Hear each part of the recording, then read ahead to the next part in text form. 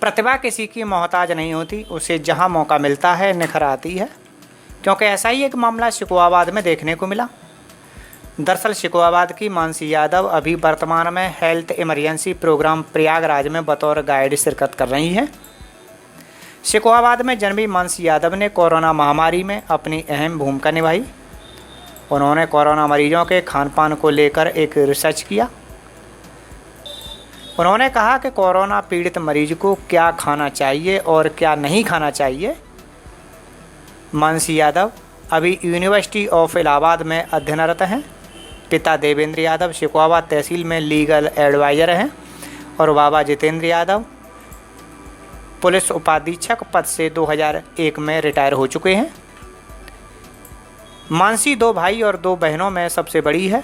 उसे WHO द्वारा प्रशस्ति पत्र देकर सम्मानित किया जा चुका है और तो और उसे प्रधानमंत्री कार्यालय दिल्ली द्वारा उसके जन्मदिन पर प्रशस्ति पत्र देकर सम्मानित किया गया। मानसी ने बताया कि वह साइंटिस्ट बनना चाहती है। आइए विस्तार से समझते हैं कि उन्होंने ये मुकाम कैसे हासिल किया।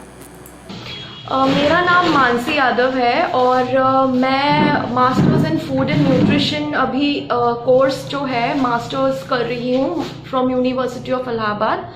और मैं जो अभी काम कर रही हूँ वो फूड एंड न्यूट्रिशन से रिलेटेड जितने भी फील्ड्स हैं, एज अ डाइटिशियन मैं वर्क करती हूँ। और जो अभी मुझे फाइनली एक अचीवमेंट जो मुझे मिला है वो WHO वर्ल्ड हेल्थ ऑर्गेनाइजेशन की तरफ से मिला है, जिसमें मैंने एक ट्रेनिंग की थी लंग्स इन्फेक्शन के ऊपर, जिसकी वजह से मुझे ये एक WHO ने मुझे सर्टिफाइड किया है इस उपलक्ष्य में। देखिए कोविड-19 मैं ये बात करूँ तो ये क्राउन वायरस के नेम से जाना जाता है। ये सबसे पहले चाइना में डेवलप हुआ था।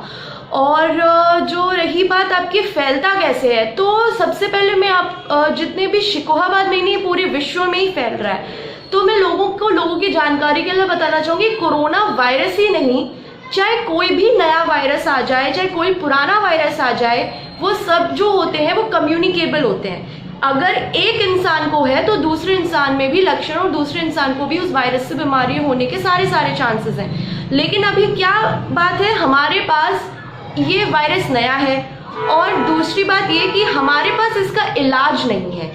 तो जब तक इलाज नहीं है तब तक हमको जितने भी सिम्टम्स हैं, हाइजीन मेंटेन करना, सोशल डिस्टेंसिंग मेंटेन करना। सोशल डिस्टेंसिंग क्यों ज़रूरी है? इसीलिए ज़रूरी है, क्यों बोलते हैं, क्यों सरकार, क्यों WHO, क्यों जितने भी बड़े ऑर्गेनाइजेशंस हैं वो हमें क्यों गाइडलाइंस दे रहे हैं कि हमें सोशल डिस्टेंसिंग मेंटेन करनी है। देखिए वायरस क्या होता है ना, वायरस का काम होता है कम्युनिकेबल डिसीजेस को बढ़ावा देना।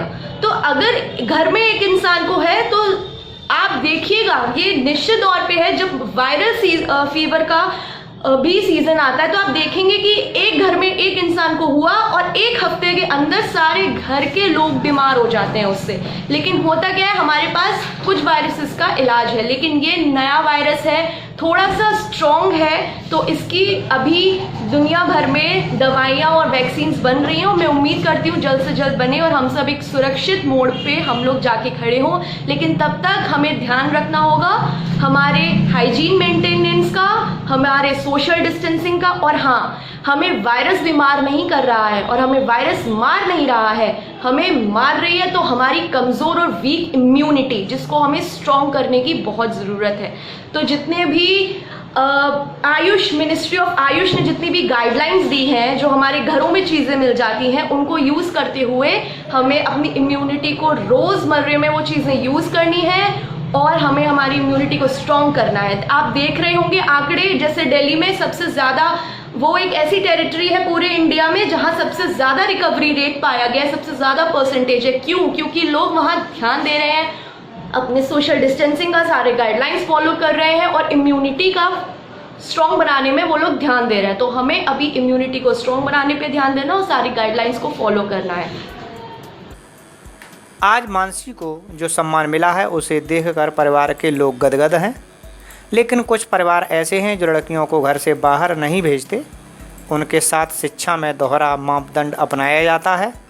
ऐसे में उन्होंने अपनी प्रतिक्रिया देते हुए कहा, लड़कियों को बाहर नहीं भेजना चाहते, ये सही बात है, आपने कुछ गलत बात नहीं कही है। लेकिन अगर हम कुछ समय पहले से बात करें तो जो ऑर्थोडॉक्सी की थिंकिंग है एक सोसाइटी में से, वो कहीं ना कहीं कम हुई है और लोगों ने लड़कियों की एजुकेशन को प्रमोट करना शुरू किया है। और वो बस ऐसा नहीं है कि बाहर हर कोई नहीं भेजता या बहुत कम लोग बाहर भेजते हैं, अब ज़्यादातर लोग बाहर भेजते भी हैं और एजुकेशन को प्रमोट भी करते हैं। लेकिन अभी भी बाहर भेजना से ले तक और उनकी एजुकेशन तक उस एक लड़की को क्या स्ट्रगल करना पड़ रहा है और क्या उस ऑर्थोडॉक्स सोसाइटी की थिंकिंग से गुजरना पड़ रहा है, उस ऑर्थोडॉक्सी से गुजरना पड़ रहा है, ये सब डिपेंड करता है। तो मैं सोसाइटी को एक ये मैसेज देना चाहूँगी कि चाहे लड़का हो चाहे लड़कियाँ हों, क्योंकि आज के